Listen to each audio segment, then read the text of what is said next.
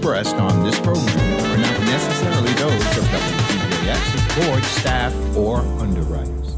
Good day. You are listening to Ability Radio. I am one of your hosts, Amelia Headly Lamont of the Disability Rights Center of the Virgin Islands, and today we are very privileged to have a woman who wears many hats. She's a scientist, a professor, an activist, a parent, a spouse, and an author.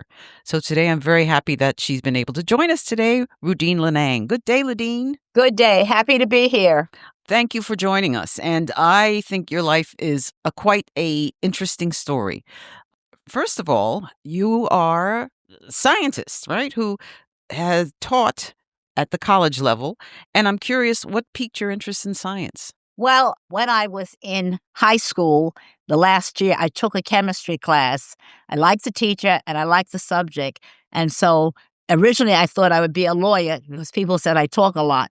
But then I changed to majoring in my interest in science. So when I went to college, that was my major.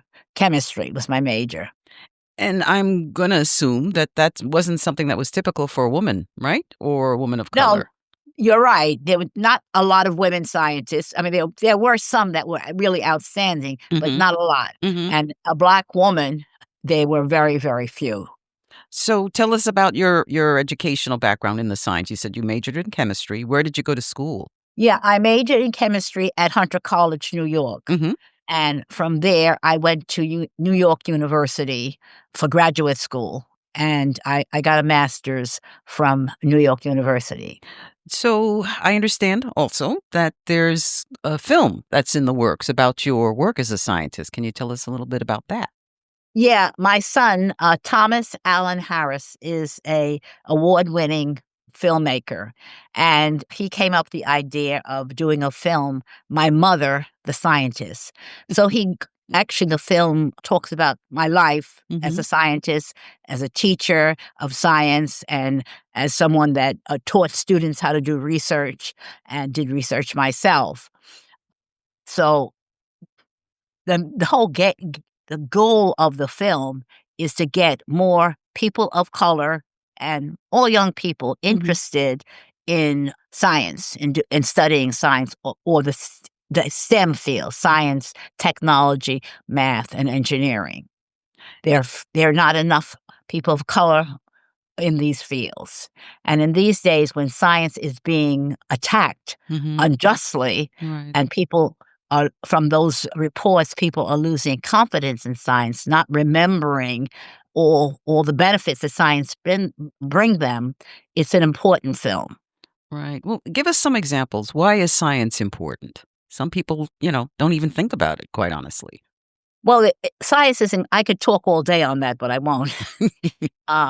Science is very important in terms of protecting the environment. You've all heard about climate change, and that's a fact. It's not a fantasy. Right. And you all have everyone practically has medical treatment. There have been many new medical treatments, heart disease, diabetes, all of these diseases, and the treatment has improved from the efforts of scientists, medical sciences, and many technology.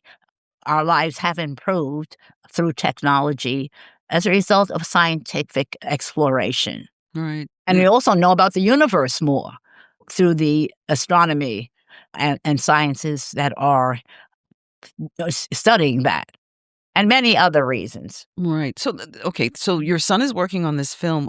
How is it progressing? How is that coming along? When will it be available for viewing? Well, he still has some work to do. He's done a lot of shooting. They're in the last phase. So I'm not sure when it'll be finished, certainly within the next couple of months, hopefully. Actually had gotten a grant from the National Science Foundation, a large grant, but as you may have heard, most of the grants having to do with diversity and that kind of thing, even other grants, have been pulled back. So that was snatched back. So now he's fundraising to finish the film, but he will definitely finish it soon. Fantastic. And he also has places, different scientific organizations that are waiting for the film to show it in their areas, in Philadelphia, in California, across the country, different Mhm. scientific foundations are anxiously waiting to display the film, to Okay, and screen the film. any idea how long the film is going to be? Like an hour, 2 hours? Most likely to be probably a little over an hour, but I'm not really sure. Okay, Don't hold alright. me to that. I won't. It's Now it's at least an hour. okay, well, Yeah. that's great. I mean, Mhm. how can you encapsulate an hour in a life? But, that's where we are, so I'm looking forward to seeing it and hoping that it would be available to here in us in the Virgin Islands. That would be Oh, I great. definitely will, tell them, if it's an organization that wants to show it, I'm sure that he would be happy to have it shown down there That would be great. because it's pertinent all over. Absolutely, absolutely. You taught at the Bronx Community College, is that correct? That's right, And yes. and what kinds of subjects or, areas of research did you do with your students? All right, I taught chemistry there, I'm a chemist, and I taught the chemistry course for chem majors, Mhm. which would be going into pre-pharmacy and other medical fields. So Mm, they would do the 2 years there, and then they go on to the senior colleges where they will complete the 4 years, and then maybe even most likely on to graduate school. And I also taught introductory chemistry. We got a grant. One of my colleagues and I got a grant from the NIH, mhm, which was called the Minority Biomedical Support Grant, mhm. and they were interested in getting more people of color into the biochemical and medical and scientific fields. And we were asked to, or what we did was we took students Mhm, and interviewed them. And then when we picked our group of students, we gave them a project to do. And of course, we supervised them mhm. and taught them the whole research method. And we were actually doing a work on lead poisoning in Bronx Zoo animals. Hmm, So we would take blood samples, or the actual veterinarian would give us blood samples, and we would analyze them for the various components that we were looking for. And we published, along with the students, 3 papers in scientific journals uh, over the 6 years that we had the grant. so, I mean, you're talking about you measured lead levels. Were there Yeah, do you we recall? measured Uh-huh. we measured lead levels in the blood. We also measured what we call zinc protoporphyrin, which is a biochemical, which is related to hemoglobin. Mhm. And so that was the 2 measures that we used. Okay. Alright. And this was the, animals that were, in the Bronx Zoo? Right. We didn't take samples from the animals. The veterinarian, whenever he examined an animal, he would take Okay. blood samples and he would give us those samples. Okay. Do you recall generally what the findings were? That's probably not a fair question, but I figured to ask it Well, anyway. it's been a while. Like, for example, the mallard ducks, they had high lead levels, and I Uh-huh. think they were saying that those were from the pellets that they got in the water, that they found in the water and they swallowed from the lead pellets from guns or whatever. Ooh, Yeah. And okay. then for example, the chimpanzees and the monkeys and the Mhm. apes, some of them had higher blood lead levels because they may have been chewing on the bars of the cells, Ooh. and they had lead painted underneath the new paint, Uh-huh. so that kind of thing. Oh, wow, okay. Well, let's talk about another topic. You Mm, have been writing a couple of books, and right. your latest is called Cousin Sister. Can you tell us about that? Yeah, well, this cousin sister, it was a topic that haunted me for a while, and I Mhm, finally wound up writing about it.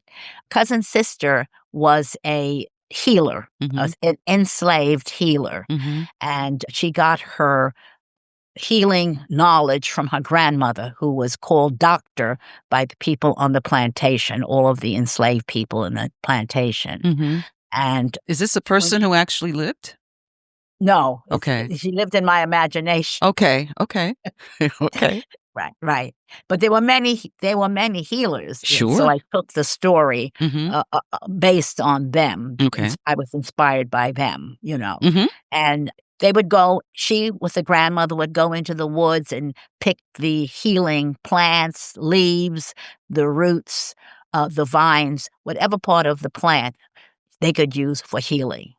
And her grandmother dies, Mhm. and that's in the first chapter, Mhm. and she is sent away to another plantation as a gift to the owner's cousin, Mhm. and she lives there for until she's actually freed in 1865. Mhm. Mhm. And she heals the children, she heals people on the plantation. At one point, she's put into the fields, which she's never worked the fields, so that was very dramatic traumatic for her. Mhm. Mhm. But what happened was that the owner's son got sick, Mhm. and the owner called for her. The owner's wife called for her to see if they could help the child, and she did help it. And the owner, the man, said he didn't want any black medicine on his child, but the wife said, "Yes, I don't care what kind of medicine. Mhm. I want my child saved."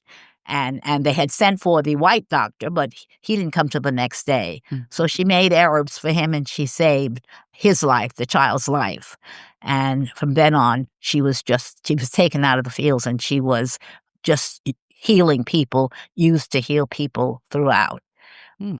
She healed her husband, her future husband. He came on the plantation, and he was bought by the owner, and he was in a trauma, but Mhm. he did his work, but he was in his trauma because he had seen his mother being beaten to death. Oh. And so she healed his memories, and eventually they married. They have 2 children. Mhm. Ev- the when the children were teenage, they were sold away, and then she wanted to die then. Mm. So I'll just leave it then. It goes on and on about this woman, but and her life. Wow. It's so surreal to talk about you and we were talking about human beings saying how they were sold and, bought or, Right. sent away for sale and that type of thing. So it's so That's true. much, That's yeah. right. It's quite a trauma just even hearing the description, you know? It's Exactly. very jolting, Exactly. very jolting. Do you go into any details about the methods that cousin sister used to heal her patients? Not really. Mhm. What she would do is, I said, you get the leaf. If you're using leaves, you know that these leaves, she would make a potion out of the leaves, Mhm. and then she would give that potion to the patient. Mhm. And she learned this from her grandmother, that she would also pray over the person. Mm. So between the prayer and the potion, many of them were healed. Mhm. And most of the enslaved people didn't like the white doctor's medicine. Mhm. They said it was caustic, and they said that it wasn't going to heal them anyway. So then, when he would give them the medicine, when he left, they would spit it out. But Mhm. they trusted her medicine, Mhm. not his. Mhm. Well, probably with good reason they trusted her.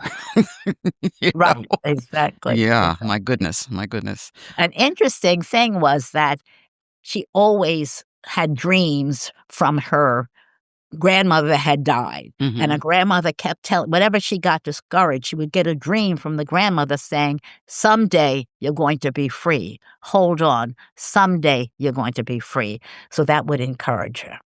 So does this story, we don't wanna give away too much, but, since, we I haven't published it, so don't worry. I can Oh, give it okay. away. So I've given it away online to a group of about 3 or 400 people. oh my Every goodness. every month, I would send a chapter. Uh-huh. Oh, okay. So Yeah, it's yeah. still a work in progress is what I'm hearing, or is it Well, done? I finished it, but I really needed to make it longer because it was only 160 pages, and Mhm. that's not really long enough for a book to be Mhm. published. Mhm. But it's like a novella, I Okay. guess. Okay. Well, there's a time then when she is emancipated, I guess, Right, correct? yes, and it talks about how people on Man today, they're walking away from the plantations. A few decided to stay at the same place, Mhm. and work for wages, but many left and went to the cities, and they were going to the city of Lexington, Virginia. That's Mm. actually where my grandfather was born, Mhm. and they had no food, they had nothing, Mhm. and they had no medical care, nothing, clothing or whatever. They only had the clothes on the back. So she went there, and you'd see people walking to Lexington. You'd see people that actually passed out or maybe dead on the road and so forth. But anyway, people got there, and then the freedom schools. I think people have heard about the freedom schools that were opened by the government. Right. They started a school for people, and people were just jamming the classes. They really wanted to learn to read. That was very, Right. very important. And she also went to the Freedom School as well. And they tell the story of one grandmother who was babysitting for her grandchild. She's an old woman, and she goes to school with the baby. And then when the baby cries, she would stuff a little bit of potato or whatever soft food she had in the baby's mouth so she could stay in the class. Oh. So people were desperate for education. Right. Wow. Do you have any excerpts that you'd like to share with us, or is that a too quick of a question? Don't know if I have anything right now. Yeah. Well, no worries. I thought I had one. No worries. Yeah. Well, how did the name Cousin Sister come about? I don't know. It just came in my imagination, actually. It came in my imagination, and I kept thinking about her. And finally I said, well, let me just write something. I'll write a short story. But then it turned out to be a novella. Yeah, that's fantastic. I mean, you did another book, I do recall, and I Right. messed up That the was title. published. Yes. It's called Coal, War, and Love. Right. And And that's that was, go ahead. good. Well, that's based on some facts, correct? Right. It's 95% true. Yes. Okay. And Yeah. tell us a little bit about that. It's based on the life of my grandfather. I got all these stories from my father, who my grandfather used to always tell the stories to my father. So after he died, and my father had us 3 girls, he would gather us around and tell us the stories that his father told him. And he told them the story about how they met. His grandmother and his mother and father met, and also about him going to war. He met the love of his life, which was my grandmother, who was named Evie. And they finally got permission from her father to marry, and they moved to Albany. He went from place to place looking for a job, and they would always tell him, we don't hire coloreds. He was looking for a factory job. We don't hire coloreds here. So finally he got a job at the New York State Capitol building as a coal stoker. Well, that was a hard job because you're shoveling tons of coal every day. And coal provided hot water as well as, heat for the Capitol. And if anything went wrong, the senators and the legislature would come down and complain. Oh, boy. So anyway, he kept that job for about 8 years or so. Then one of the people that worked there, one of the lieutenants that worked in the Capitol, asked him whether or not he would be able to recruit for the New York, which was just founded, the New York National Guard. So this New York, it was the first colored New York National Guard. And they knew that World War I was coming up. So that was the whole idea. So he was able to do that and get several of the men around Albany to join the New York Colored National Guard. And when the war started in 1917, we were going to go into it. It already had been going on in Europe for 2 years. Right. And the people in Europe, the French, the British, and all of them had lost so many men. So when we decided to send our troops over there to join the war, the Colored National Guard was taken into the army as a group, which would stay together. And my grandfather decided to join. He was 38 at the time. Wow. The other guys were 19 and 20. And my grandmother said, you must be crazy. I guess so. But he went. He said, Evie, if I die, they'll give you insurance. They had just started the idea of insurance, and then if I also will send you the money that they give me as a salary. So she said, well, who's going to raise these kids? But anyway, he decided to go, and he went. And the that group of men Mm-hmm. from New York State became the 369th Regiment, or as commonly known, the Harlem Hellfighters. Oh, all They right. were sent different places in the United States. They were sent to Spartanburg, South Carolina, and they were attacked, but they had guns, so Mm-hmm. They left the them alone. white folks didn't attack them too much. Mm-hmm. But anyway, they saw that was an untenable situation, Mm-hmm. and so the Secretary of the Navy said, "Send these guys to France." So they were happy Mm-hmm. to get away from Spartanburg, Sure. and so they were sent to France. And when they got to France, the head of the U.S. troops, their General Pershing, Mm-hmm. decided he was not going to have them fight alongside the white guys, Mm-hmm. his troops, Yeah. And he said, "What am I going to do with these guys?" But at the same time, the French had lost so many of their men, they were asking for the Americans to give them some men. Mm-hmm. So General Pershing gave the 369th Regiment to the French. Mm-hmm. So they fought under the French flag for the whole war. Wow. And I think it was the Germans that nicknamed them the Harlem Hellfighters. Because they gave them hell, huh? They gave them hell, right. Of course, they lost a lot of men. Right. They fought 191 days and did not give up an inch of land. Wow. That's fantastic. That's fantastic. And I would like to assume that your grandfather came home.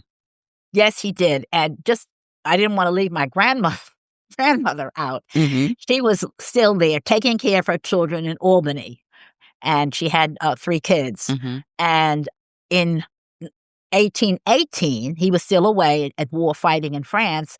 Spanish influenza struck Albany. It had gone all the way around the world. It had gone to 1918, New right? York. 1918. 1918, Uh-huh. exactly. Okay. And it struck Albany, and she was able to save her children because she knew it was dangerous, and she kept her children in the house. She would not let them go to school Okay. or anything. Uh-huh. They closed everything in Albany except the taverns. Okay. Okay. You couldn't even bury the people. Oh, wow. The bodies were stacked up in caskets Uh-huh. at the cemeteries Ooh. because all of the diggers, the grave diggers, were sick at home or either dead. Oh, man. It was horrible. Yeah. And that was a pandemic in the early... It was a pandemic, horrible, Yeah. and they had no medicine to treat it. Wow. So you pretty much had to quarantine yourself in your own Exactly. home. Okay. Yeah. She kept them safe, and none of them got sick. Wow. That's an awesome story. Anyway, he came home, Mm-hmm. and he had shell shock, but other than that, he was okay, Mm-hmm.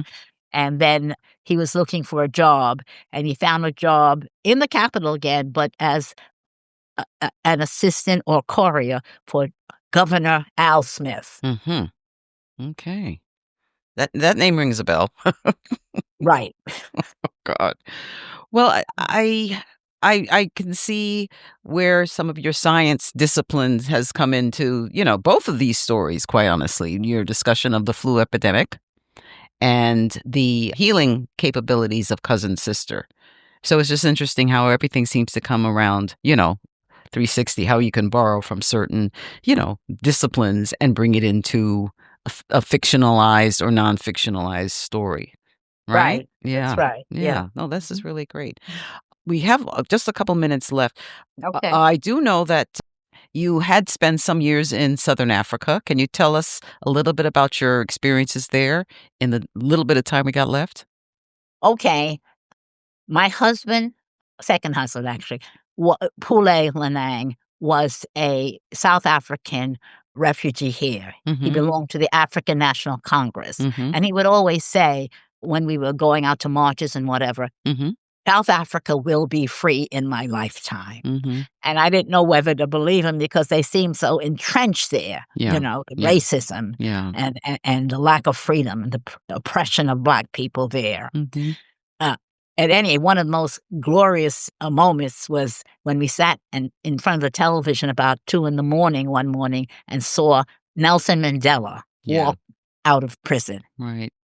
Yeah, that was amazing. That was powerful. So after a few years, he went back to South Africa, Mm-hmm. and that was in maybe 95. Mm-hmm. And then in 97, I was flying back and forth a couple of times a year. Mm-hmm. I got tired of that long flight, 16 hours each Oof. way. Yeah. And so I resigned from my teaching at Bronx Community College in 1997, and I went there to live in South Africa, in his hometown, which is Bloemfontein, South Africa, which is wow. like in the middle. That's the administrative capital of South Africa, and it's right in the middle. That is the heart of the Boers, so you can imagine Yeah. they were still around. Right. And the ironic thing, it was actually the birthplace of the African National Congress. So you had Interesting. those two forces there. Fantastic. And so I lived there for a little over 3 years until my husband passed away. And then I came back to the United States because my mother was sick. Otherwise, I would have still been there probably. Gotcha. Well, Rudean, I really appreciate you taking the time to share with us your fantastic life story. And I'm looking forward to many more conversations with you. Folks, I'd like to thank you for taking the time to listen to us today.